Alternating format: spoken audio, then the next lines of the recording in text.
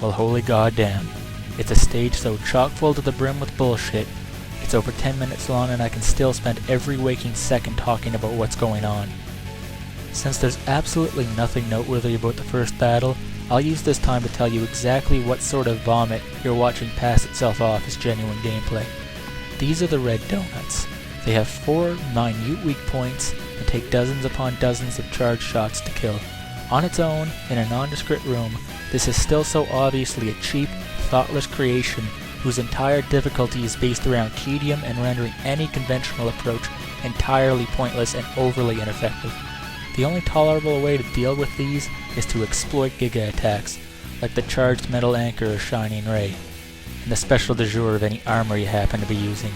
There's simply no justification that can lead anyone to believe Capcom threw these together for any reason other than to avoid having to try. I mean, think about it. This is literally more basic than some regular enemies. It moves back and forth, shooting projectiles. That's what it does. You could design the fucking AI for this oversized cunt in 30 seconds. I could replicate the so-called design in the upcoming battles by taking this bastard, hastily drawing a bunch of rectangles in MS Paint with my eyes closed, dropping the fucker off in the middle of them without any consideration having been put into whether or not the main character was equipped to handle some of the absolutely haphazard situations that crop up, and calling it a night by snorting my no doubt satisfying mountain of coke. And furthermore, this next stretch is actually pretty good, barring the nightmare effect, which is still the friendlier option in both the stages I encounter it in. There's a tense area requiring quite a few tight jumps, specifically when I drop down into the pit where there's a narrow climb at the end, involving lots of torches and 2 nightmares hovering in my way. And after that last stage, it goes without saying that climbing and nightmares did not mix well. I almost get hit by the bastard shooting at me, and it's pretty exhilarating to... Oh wait. That's the last portion of actual level we are ever going to encounter on our normal trek through this stage. Lovely. Here's another one of the fucking donuts. Did I mention you have to fight 5 of them before this retardation ends?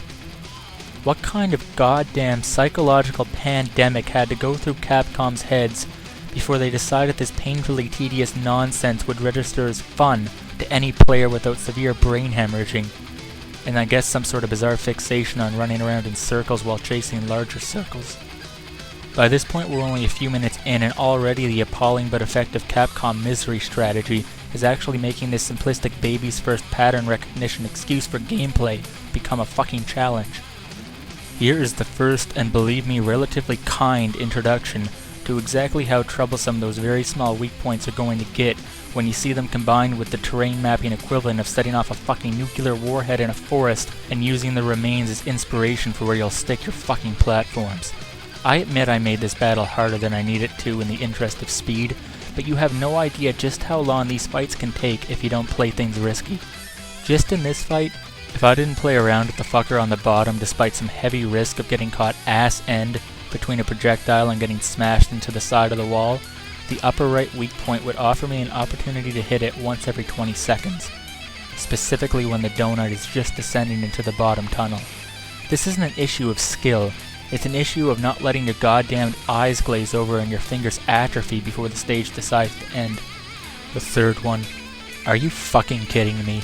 Nightmares? You needed to add nightmares to a mini-boss fight that literally demands the most specific placement already?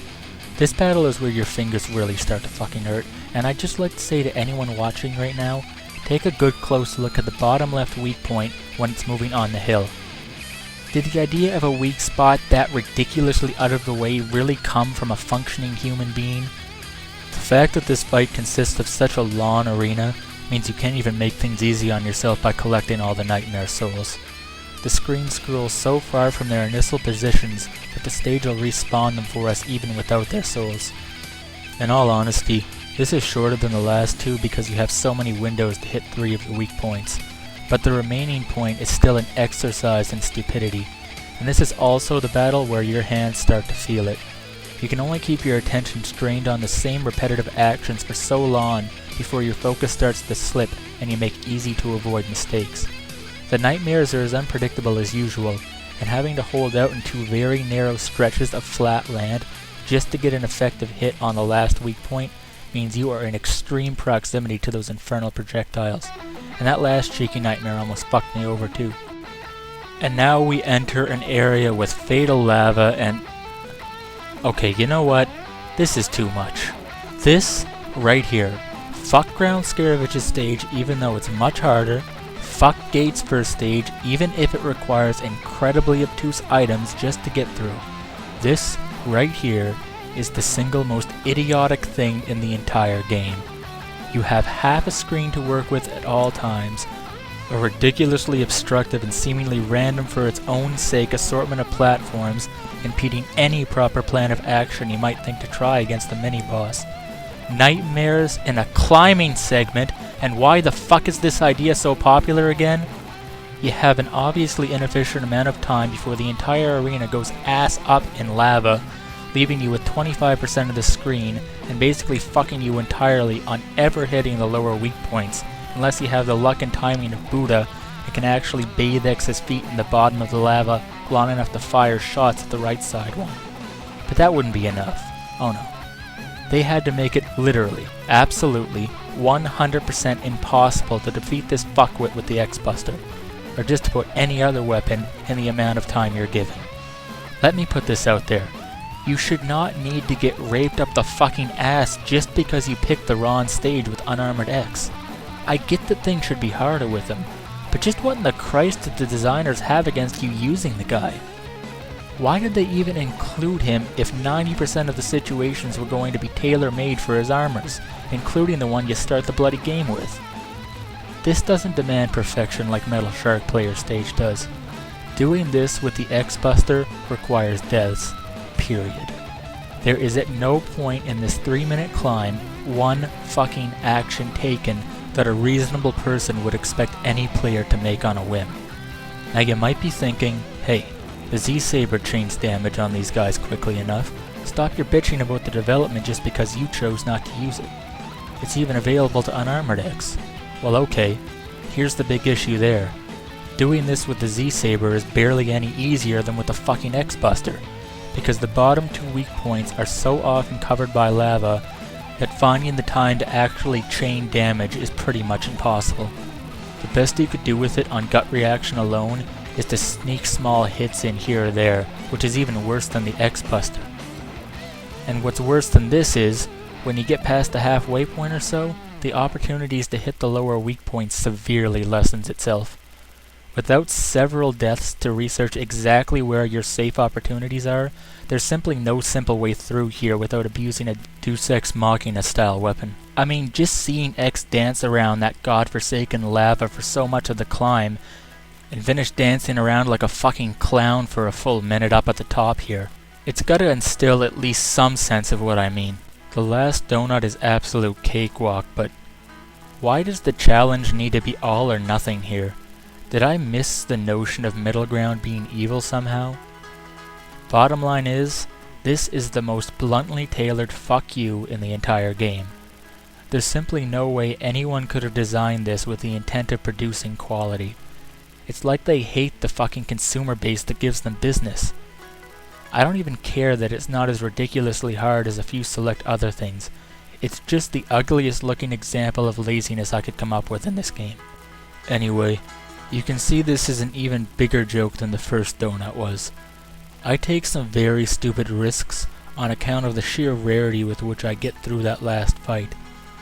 Well, to be precise, this was the first time I'd actually done it, so thank the good fucking Lord that the close calls I somehow managed to eke out of this guy didn't ruin everything. At least having my brain try to be fancy with the most mundane shit ever managed to defeat the guy fairly quickly. Honestly though, this went down with everyone who'd played X6 as one of the most embarrassingly bad examples of level design in any so-called quality title they've ever played. That's the added torture. It isn't like this is from some no-name NES game everyone expects to suck. This is a mainstream entry in a renowned series. Throw us a fucking bone, Capcom. Blaze Heatnix, and I really do hate calling him that, is a seriously unpredictable bastard. But he's too exploitable to be an insane challenge, and he has way too little health to kill you before you kill him. It's avoiding damage that makes him insanely dangerous after so long a stretch, because no matter how well you manipulate him on top of the screen, he is eventually going to go down to the bottom and call lava from the top before you can kill him. This comprises one of the most painful to avoid attacks a boss can throw at you.